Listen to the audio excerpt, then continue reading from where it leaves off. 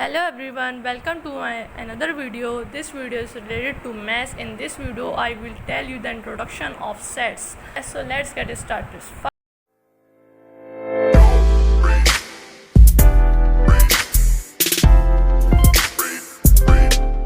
First we talk about who give the concept of sets. हमें किसने बताया कि सेट्स भी कुछ होते हैं, हमें किसने सेट्स का कॉन्सेप्ट बताया। बेसिकली मेरे कहने का मकसद ये तो 19वीं सदी में जॉर्ज कैंटन नाम के फर्स्ट मैथमेटिशियन ने उसने हमें बताया कि सेट्स भी कुछ होते हैं, सेट्स का क्या काम होता है। उसने हमें बताया कि सेट्स कहाँ यूज़ होते हैं बेसिकली। उसके बाद हम इसकी डेफिनेशन पे आ जाते हैं। We often use some words in our daily life that represent a collection of things like dinner set, sofa set और group of boys, a team of players and many others. The words sets, groups and team are used to denote collection of things in daily life. हाँ, ये जो words आ रहे हैं ना, set, group, team, ये सब donate कर रहे हैं कलेक्शन ऑफ थिंग्स को, सेट को डोनेट कर रहे हैं। तो ये जो हम अपनी डेली लाइफ में इस्तेमाल करते हैं। तो इस सेंटेंस, इस पूरे पैराग्राफ का ये मतलब था। उसके बाद हम इसके नीचे आ जाते हैं। मैथमेटिक्स में कलेक्शन ऑफ थिंग्स को हम कहते हैं सेट्स बेसिकली। उसके बाद अगर हमें सेट्स को डिस्क्राइब करना हो in mathematics, we describe a set as, तो हम कैसे करेंगे सेट को? अगर हमें डिस्क्राइब करना है मैथ्स में तो हम कैसे करेंगे? A set is a collection of well defined and distinct objects. मतलब सेट जो है कलेक्शन ऑफ वेल डिफाइन है एंड डिस्टिंक्ट ऑब्जेक्ट्स है। वेल डिफाइन मतलब स्पेसिफिक प्रॉपर्टी हो, अच्छे से डिफाइन हुआ हो, सही है। और डिस्टिंक्ट मतलब मुख्तलिफ। इसी के बारे में आगे थोड़ा नेक्स्ट पेज पे पढ़ लेते हैं डिटेल में। The term well-defined means a set must have some specific properties so that it can easily be identified whether or not an object belongs to the given set. The term well-defined means, well-defined का मतलब है कुछ specific property, कुछ ऐसी चीज़ जो अच्छे से define हो, जो अच्छे से describe हो, जिससे हम आसानी से पता चला ले सकें कि ये set से belong करता है या नहीं करता। और उसके बाद distinct word, yes, the word distinct means different objects. Distinct का मतलब है कि different objects हैं। Let us discuss some examples of well-defined and distinct. The collection of favorite books is not well defined because a book may be favorite for one person but may not be for another. Thus this collection is not a set. इसका मतलब है एक बंदे के लिए वो favourite books हैं तो बाकियों के लिए तो नहीं, मतलब बाकियों के तो ज़रूरी नहीं है। इधर कोई डिस्क्राइब थोड़ी किया हुआ, अच्छे से कोई बताया हुआ तो नहीं है ना, तो इसलिए वेल डिफाइंड नहीं है, मतलब ये सेट नहीं हुआ इस तरह से। उसके बाद सेकंड एग्जांपल्स पे आ जाता है। Name of days of weeks के डेज, देखिए यहाँ पे कितनी अच्छे से डिस्क्राइब किया हुआ, इतनी अच्छी एग्जांपल है। तो यहाँ पे बताया हुआ है डेज ऑफ वीक्स, तो Monday, Tuesday, Wednesday, Thursday, Friday, Saturday and Sunday. Days के इतने अच्छे से names of days of weeks बताया हुआ है ना कि वीक्स के डेज का सेट है ये, मतलब मंडे, ट्यूसडे, और ये Monday, Tuesday, Wednesday, Thursday, Friday, Saturday and Sunday.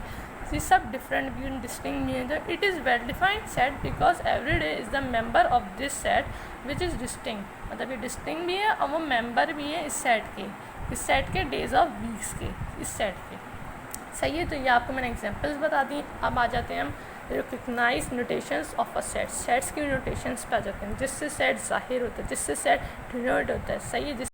तो चलें इसका पहला सेंटेंस पढ़ लेते हैं। English alphabets A to Z are use to denote sets, मतलब ये कह रहे हैं कि सेट्स को डोनेट करते हैं English alphabets A to Z। Sets को नाम दिए हुए होते हैं ना, जैसे कि नीचे दिया हुआ है A इक्वल्स टू ये कर, तो ये जो डोनेट हो रही है ए से हो रही है सेट, सही है। तो इसका मतलब ये, इस सेंटेंस का मतलब ये था। उसके बाद सेकंड पॉइंट है the objects of the sets are called element और मेंबर्स ऑफ द सेट।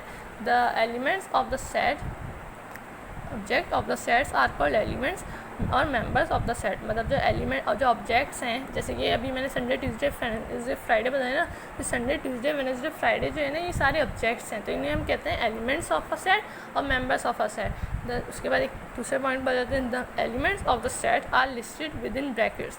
जो अभी ये देख रहे हैं नीचे सनफ्लावर, रोज़ फ्लावर की एग्जांपल मैंने लिखी है, तो सनफ्लावर के पहले एक कर्ली ब्रैकेट लगा हुआ है ना, तो ये इसी की बात कर रहे हैं।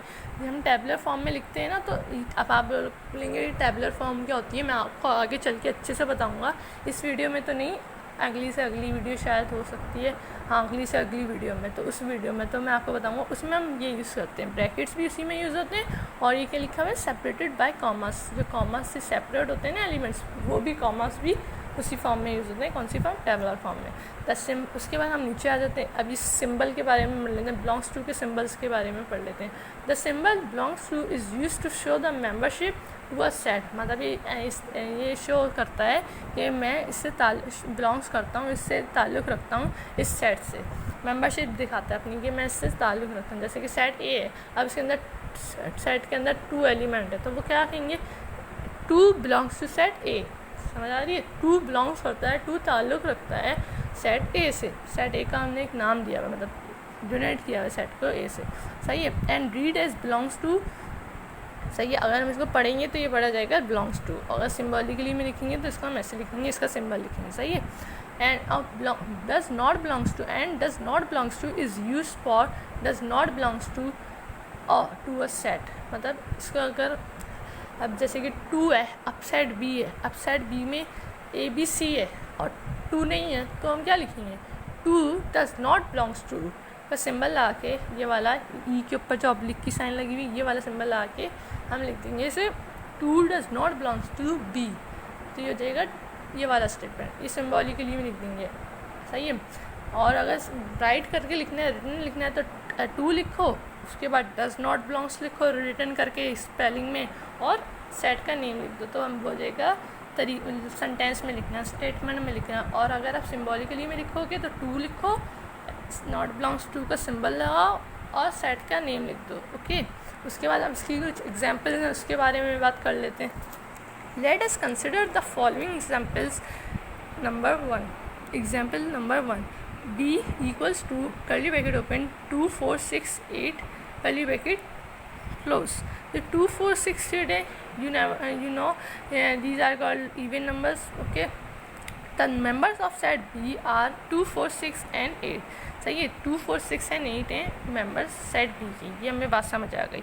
अब अगर हमें ये ना एग्जाम्पल्स जो है ना, ये belongs to does not belongs to वाली दी में यहाँ पे उसके बारे में समझाया हुआ है। As 2 belongs to set B, मतलब 2 बिलोंग्स करता है सेट बी से, इसको हमने रिटर्न करके लिखा हुआ है। अब हम इसको सिम्बॉलिकली में लिखेंगे तो हम बोलेंगे सो सिम्बॉलिकली वी राइट एस, मतलब हमें सिम्बॉलिकली में लिखना है तो हम लिखेंगे 2 नंबर लिखेंगे, जो नंबर है, जो हमें नंबर दिया हुआ होगा, और उसका फिर बिलोंग्स टू का सिंबल लाएंगे, और जो है फिर हम सेट का नेम लिख देंगे। सेट बी से है ना, तो सेट बी लिख देंगे, जिससे सेट डिनोट होता है वो लिख देंगे। तो इसके इस तरह ये सिम्बॉलिकली में लिख देते हैं, और रिटर्न में आपको पता ही मैंने बता दी है।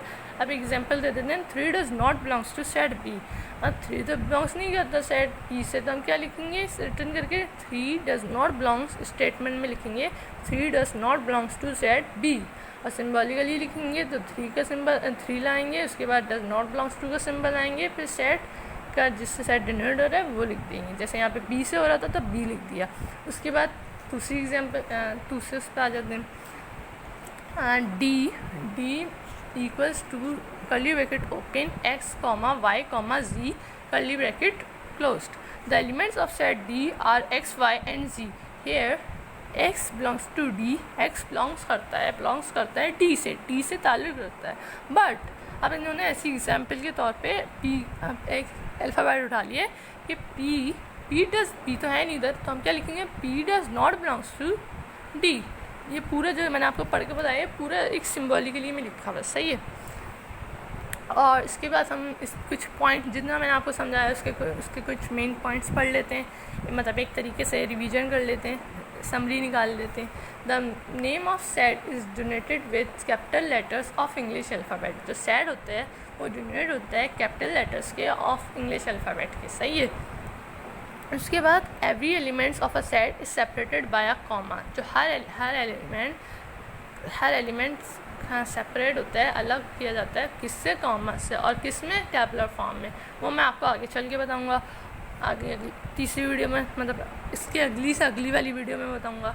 और उसके बाद तीसरे पॉइंट पर आ जाते हैं। All the members of a set are enclosed in brackets in tabular form. ये भी टैबुलर फॉर्म में इंक्लोज्ड होते हैं, मतलब इन ब्रैकेट्स का इस्तेमाल होता है, तो वो भी मैं आपको आगे बताऊंगा। सही है, मतलब अच्छे से बताऊंगा।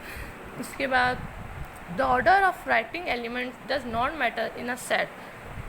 अब ये इसका कोई मतलब, इसका मतलब है the order of writing elements does not matter in a set.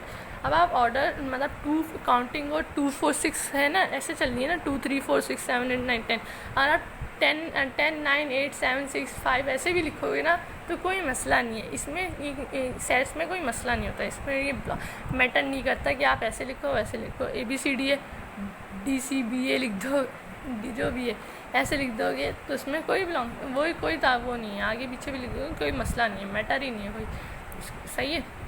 इसके बाद पाँचवें पॉइंट पर आ जाते हैं, elements of set to not repeat itself. अब ये किससे कनेक्ट हो रहा है, उसी बात से होता है ना डिस्टिंग वाली, कि जो एलिमेंट्स के जो सेट के एलिमेंट्स हैं वो रिपीट नहीं हो सकते। जैसे कि पाकिस्तान एक वर्ड है, अब उसका सेट बनाओ तो P, A, K, I, S, T, N। अब मैं पाकिस्तान में T के बाद A भी आता है, तो मैंने आपने नोटिस किया होगा कि मैंने A नहीं बोला, क्यों?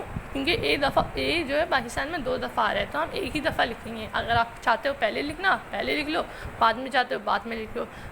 तो चलें, आज की वीडियो यहीं ख़त्म होती है। Thanks for watching. उम्मीद करता हूँ आप लोग को मज़ा आया होगा मेरी समझने में, और देखने में समझ भी आई होगी। और जो है तो बस आज की वीडियो यहीं ख़त्म करते हैं। प्लीज़ लाइक करना, शेयर करना, सब्सक्राइब ज़रूर करना।